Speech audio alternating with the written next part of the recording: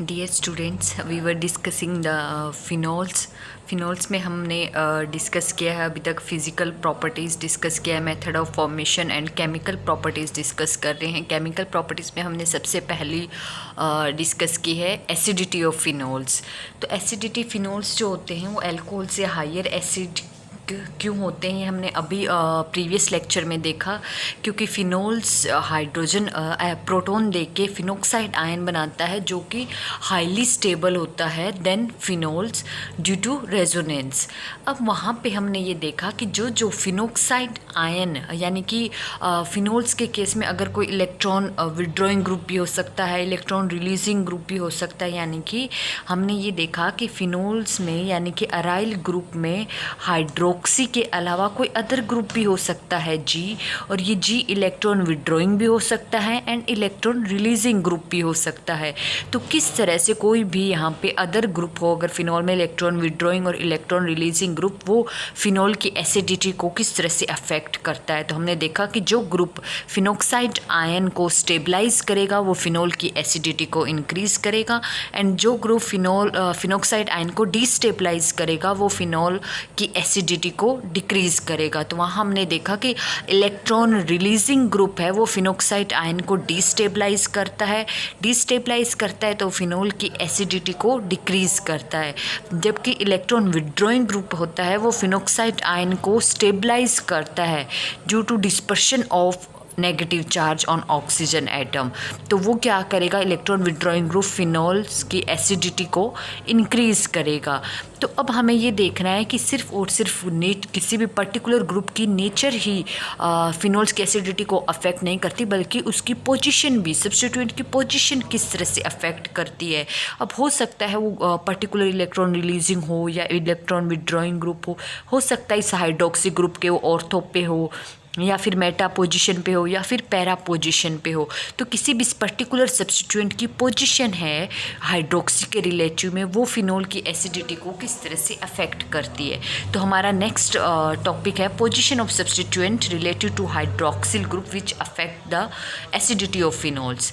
अब नॉर्मली हम ने देखा है कि कोई भी अदर सब्स्टिट्यूएंट लगा हुआ है फिनोल में हाइड्रोक्सी के अलावा, तो उसका जो स्टेबलाइजिंग इफ़ेक्ट हो या फिर डिस्टेबलाइजिंग इफ़ेक्ट हो, दोनों इफ़ेक्ट है वो दो इफ़ेक्ट से ऑपरेट होंगे।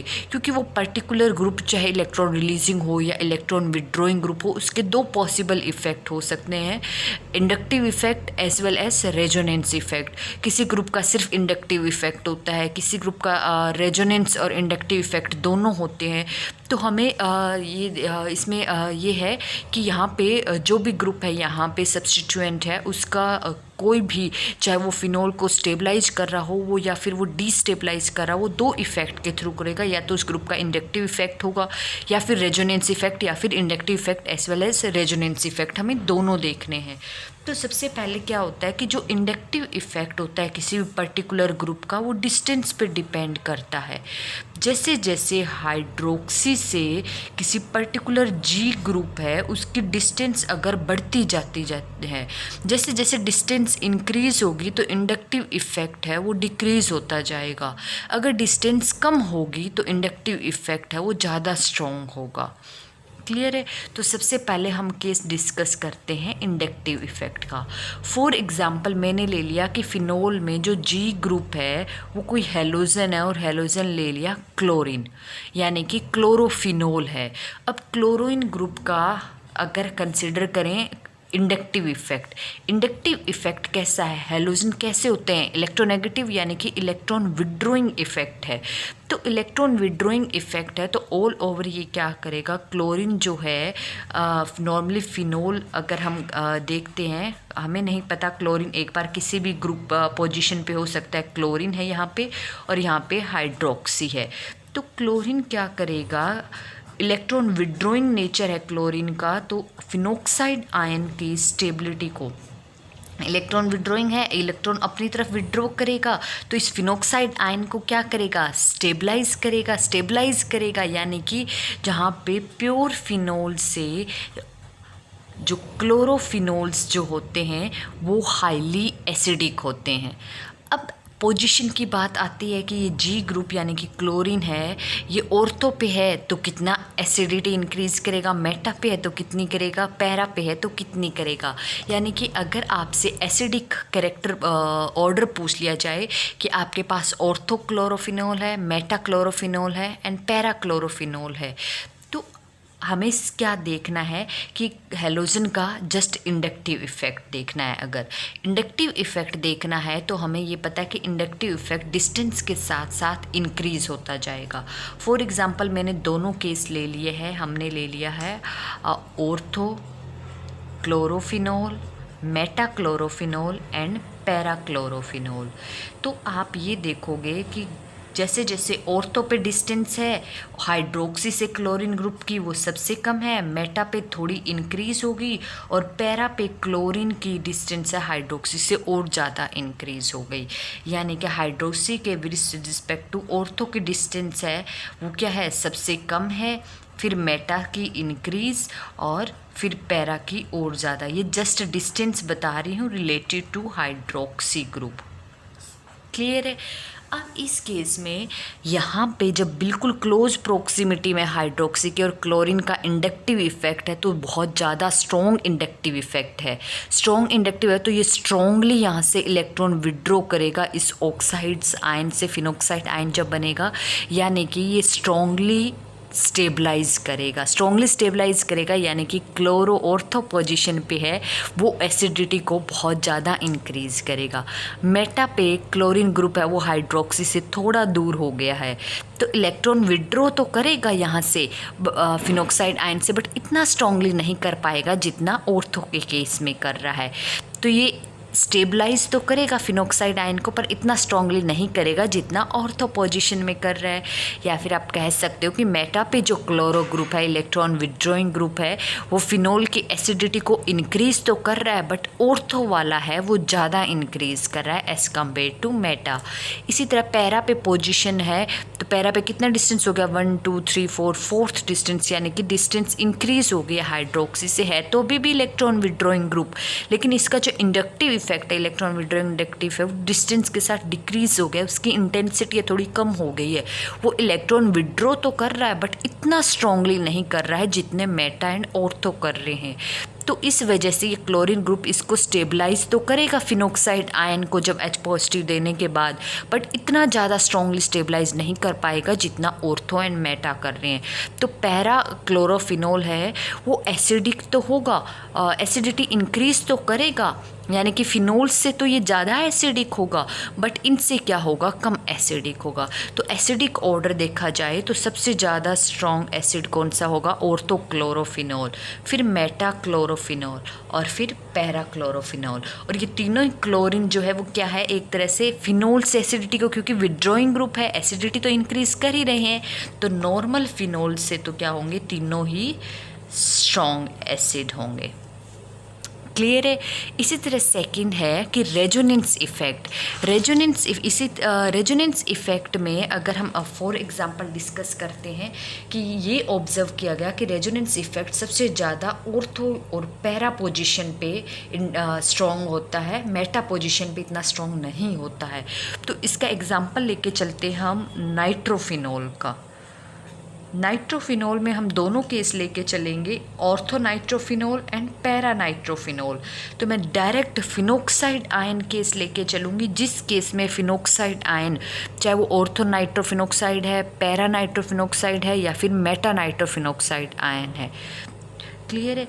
तो नाइट्रो ग्रुप यानी कि NO2 एक्चुअल में अगर पूरा खोल के लिखें तो इस तरह से एग्जिस्ट करता है। अब नाइट्रो ग्रुप है, नाइट्रो ग्रुप का रेजोनेंस इफेक्ट है, रेजोनेंस है और किस तरह का है, ये क्या करता है, तो ये भी इलेक्ट्रॉन विड्रॉइंग ग्रुप है नाइट्रो ग्रुप।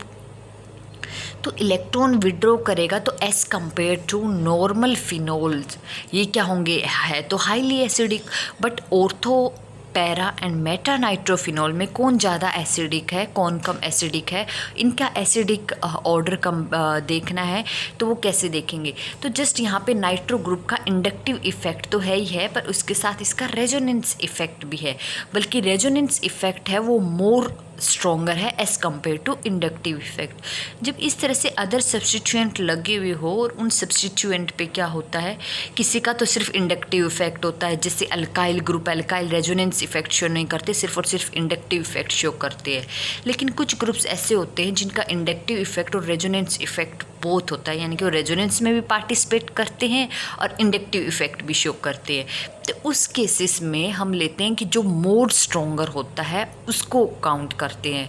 जैसे हेलोजन का केस है, हेलोजन का इंडक्टिव इफेक्ट भी होता है और रेजोनेंस इफेक्ट भी होता है, बट इंडक्टिव इफेक्ट है वो मोर प्रोनाउंस्ड होता है, मोर स्ट्रॉन्गर होता है as compare to resonance effect.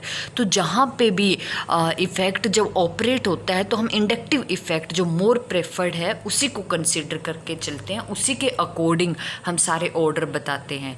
जबकि नाइट्रो ग्रुप के भी inductive effect and resonance effect दोनों होते हैं, लेकिन रेजोनेंस इफेक्ट है वो मोर प्रोनाउंस्ड, मोर स्ट्रॉन्गर होता है as compare to inductive effect. यानी कि रेजोनेंस इफेक्ट है नाइट्रो ग्रुप का वो मोर प्रेफर्ड होता है एज इंडक्टिव इफेक्ट। तो जहाँ पे भी नाइट्रो कंपाउंड होंगे तो उसका बिहेवियर हम उसके रेजोनेंस इफेक्ट की वजह से ज़्यादा अफेक्ट होगा as compare to inductive effect. तो यहाँ पे नाइट्रो का हम इंडक्टिव है तो है, इंडक्टिव ग्रुप तो इफेक्ट तो है ही, लेकिन रेजोनेंस है वो मोर प्रेफर्ड है, तो हम यहाँ पे इसका रेजोनेंस इफेक्ट की वजह से जो अफेक्ट आएगा वो स्टडी करेंगे। तो डायरेक्ट फिनॉक्साइड आयन ले लिया है। अब इस केस में क्या होता है, यहाँ पे सबसे पहले तो हम ये देखते हैं कि आपस में ही यहाँ पे रेजोनेंस स्टेबलाइज, ये यहाँ शिफ्ट, ये यहाँ शिफ्ट, ये यहाँ शिफ्ट। रेजोनेंस स्ट्रक्चर पॉसिबल कौन कौन सी बनेगी वो देखते हैं फिनॉक्साइड आयन में। जैसे ही शिफ्ट होगा यहाँ पे डबल बॉन्ड, अब ये डबल बॉन्ड यहाँ आ जाएगा एंड हेयर यहाँ नाइट्रोजन पे डबल बॉन्ड O और ये एक ऑक्सीजन के साथ कोऑर्डिनेटिंग बॉन्ड। ये सबसे पहले पोजीशन डिस्कस कर रहे हैं ऑर्थोनाइट्रोफिनॉल की। ऑर्थोनाइट्रोफिनॉल में अगर प्रोटॉन डोनेट करने के बाद ऑर्थोनाइट्रोफिनॉक्साइड बनेगा। नेक्स्ट में क्या होगा, ये नेगेटिव चार्ज है, इलेक्ट्रॉन है वो यहाँ शिफ्ट एंड ये बॉन्डेड पाई इलेक्ट्रॉन है वो इस ऑक्साइड की ऑर्थो पोजीशन पे शिफ्ट। ऑर्थो पोजीशन पे शिफ्ट होगा तो क्या बनेगा अब स्ट्रक्चर, अब जो एक्स्ट्रा इलेक्ट्रॉन है नेगेटिव चार्ज है वो कहाँ आ जाएंगे, इसकी ऑर्थो पोजीशन पे, और यहाँ पे क्या आ जाएगा double bond O and here as it is nitrogen और यहाँ पे coordinate bond and here double bond, यहाँ पे भी पाई बॉन्ड। नेक्स्ट में क्या होगा, अभी भी ये कॉन्जुगेशन में पार्टिसिपेट करेगा, ये यहाँ शिफ्ट हो जाएंगे एंड ये पाई इलेक्ट्रॉन्स है वो पैरा पोजीशन पे with respect to oxygen shift हो जाएंगे। क्या बनेगी स्ट्रक्चर अब इस केस में, यहाँ पे क्या आ जाएगा, अब नेगेटिव चार्ज है इस पैरा पोजीशन पे आ जाएगा, यहाँ पे पाई बॉन्ड्स, यहाँ पे पाई बॉन्ड पहले ही था, यहाँ पे double bond oxygen, here nitrogen double bond O and here oxygen. अब इस केस में नेक्स्ट फर्दर फिर से नेक्स्ट रेजोनेटिंग स्ट्रक्चर ये यहाँ शिफ्ट एंड यहाँ पे शिफ्ट। क्या हो जाएगा अब इस केस में, आप देखो नेक्स्ट हेयर यहाँ पे एंड पाई बॉन्ड कहाँ आ जाएगा इस पोजीशन पे एंड हेयर नेगेटिव चार्ज है वो यहाँ जहाँ पे नाइट्रो ग्रुप अटैच्ड है, double bond O oxygen, clear है, और यहाँ पे डबल बॉन्ड O। अब नेक्स्ट केस में क्या होगा, ये नेगेटिव चार्ज है ये कहाँ शिफ्ट होगा, इस नाइट्रोजन और कार्बन बॉन्ड के बीच में पाई बॉन्ड बनाएगा और इस ऑक्सीजन वाला पाई इलेक्ट्रॉन है वो इस ऑक्सीजन पे शिफ्ट हो जाएगा। यानी कि नेक्स्ट रेजोनेटिंग स्ट्रक्चर है वो, यानी कि कॉन्जुगेशन में रिंग तो है ही है, इलेक्ट्रॉन रिंग के साथ कॉन्जुगेटेड में तो है ही, साथ के साथ कहाँ चला गया है नाइट्रो ग्रुप के साथ भी कॉन्जुगेशन में है। यहाँ पे क्या आ जाएगा डबल बॉन्ड O, यहाँ पे ऑक्सीजन पे क्या आ जाएगा नेगेटिव चार्ज अब एंड हेयर कोऑर्डिनेट बॉन्ड है ही।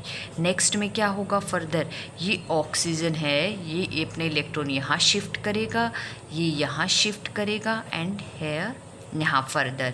तो फर्दर वापस स्ट्रक्चर है वो कैसी आ गई, जो स्टार्टिंग में हम लेके चले थे हेयर ऑक्सीजन पे फिर से क्या आ जाएगा negative charge and here nitrogen double bond O और यहाँ पे कोऑर्डिनेशन बॉन्ड। तो अब आप इसमें स्ट्रक्चर करो। ये स्ट्रक्चर वापस एज इट इज़ आ गई है, कौन सी जो हम यहाँ स्टार्टिंग में लेके चले थे, दोनों सेम है तो हम एक ही इंक्लूड करेंगे। और यहाँ पे टोटल स्ट्रक्चर देखो आप कितनी है इस केस में, कॉन्जुगेशन स्ट्रक्चर।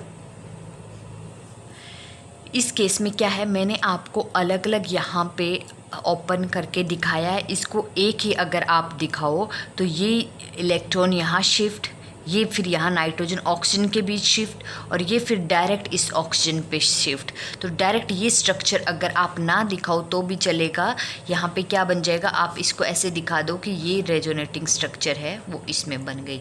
तो टोटल रेजोनेटिंग स्ट्रक्चर ये तो एज इट इज़ आगे, इसको काउंट ना करें तो first, second, here it is third and fourth and fifth, 5 resonating structure बन रही है ऑर्थो के केस में।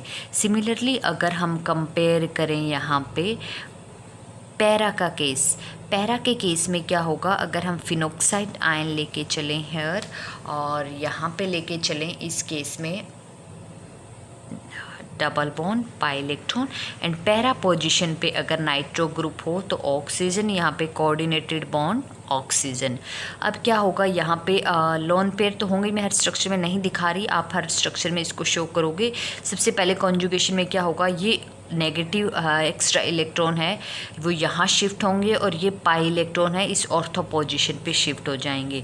तो नेक्स्ट रेजोनेटिंग स्ट्रक्चर्स है, यहाँ पे नेगेटिव चार्ज कहाँ जाएगा, यहाँ ऑर्थो पोजीशन पे, यहाँ पे double bond oxygen and here nitrogen group पे double bond O and here coordinating bond. Next case में क्या होगा, ये यहाँ शिफ्ट होगा, जहाँ नाइट्रो ग्रुप के साथ है तो हम उसको डायरेक्ट दिखाएंगे एक ही रेजोनेटिंग से, ये पाई इलेक्ट्रॉन यहाँ शिफ्ट। जैसे ये पाई इलेक्ट्रॉन यहाँ शिफ्ट होंगे तो इस ऑक्सीजन के पाई इलेक्ट्रॉन्स है नाइट्रोजन ऑक्सीजन के, वो ऑक्सीजन पे शिफ्ट हो जाएंगे। तो अब इस केस में नेगेटिव चार्ज है वो कहाँ चला जाएगा, रिंग से बाहर, और नाइट्रोजन के ऑक्सीजन एटम पे चला जाएगा। यहाँ पाई बॉन्ड की formation and here new pi bond formed, and oxygen पे नेगेटिव चार्ज, हेयर ऑक्सीजन के साथ कोऑर्डिनेटिव बॉन्ड। नेक्स्ट में क्या होगा, ये फिर से डीलोकलाइज होगा, ये यहाँ ऑक्सीजन के बीच ये pi electron here shift, and यहाँ पे ये जो नई स्ट्रक्चर है आपकी इस केस में यहाँ पे नेगेटिव चार्ज।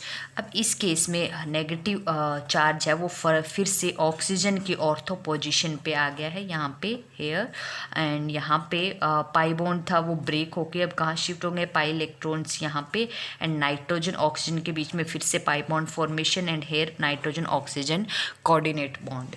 नेक्स्ट में क्या होगा फर्दर, फिर ये यहाँ शिफ्ट हो जाएगा एंड हेयर ऑक्सीजन पे फर्दर। तो अब आप ये देखो इसमें जहाँ पे पैरा पोजीशन पे है वहाँ पे कितनी पॉसिबल स्ट्रक्चर बन रही है रेजोनेटिंग स्ट्रक्चर, अगर आप काउंट करो, ऑक्सीजन पे फिर से negative charge, phenoxide ion and here nitrogen nitro group. Clear है। तो इस केस में भी जहाँ पे पैरा पोजीशन है, आप फर्स्ट और इसको कंपेयर करो, जस्ट जैसे मैंने शुरू में डीलोकलाइज रिंग की दिखा दी थी, एंड में भी वही बन रही है डीलोकलाइज्ड सेम, जस्ट ये डिफरेंस है कि पाई इलेक्ट्रॉन है वही डीलोकलाइज्ड है। तो first, second, third, fourth and fifth. Similarly हम इसमें भी 5 बन रही है, पैरा के केस में भी 5 रेजोनेटिंग स्ट्रक्चर बन रही है। अब हम देखते हैं अगर मेटा पोजीशन पे हो नाइट्रो ग्रुप तो वहाँ पे किस तरह से बनती है। मेटा पोजीशन पे है तो हेयर आप oxygen negative and lone pair. अगर आप मेटा में खुद बना के देखो आपको अपने आप आइडिया हो जाएगा। इस केस में coordinative bond, delocalization, negative electron charge electron यहाँ शिफ्ट एंड ऑर्थो पोजीशन पे। सेकेंड रेजोनेटिंग स्ट्रक्चर में नेगेटिव चार्ज है वो कहाँ आ जाएगा, ortho with respect to oxygen, and oxygen है डबल कार्बन के बीच में पाई इलेक्ट्रॉन्स, एंड यहाँ पे एज इट इज़ इस केस में पैरा पे नहीं मेटा पोजीशन पे है with respect to oxide ion. Next में क्या होगा, ये यहाँ शिफ्ट एंड ये यहाँ पैरा पोजीशन पे। तो नेगेटिव चार्ज है या फिर इलेक्ट्रॉन एक्स्ट्रा इलेक्ट्रॉन है वो पैरा पोजीशन पे आ जाएगा विद रिस्पेक्ट टू ऑक्सीजन। यहाँ पाई इलेक्ट्रॉन की फॉर्मेशन, ये पाई बॉन्ड ब्रेक हो जाएगा, यहाँ पे negative charge, here nitro group and यहाँ पे कोऑर्डिनेटिव बॉन्ड एंड यहाँ पे डबल बॉन्ड।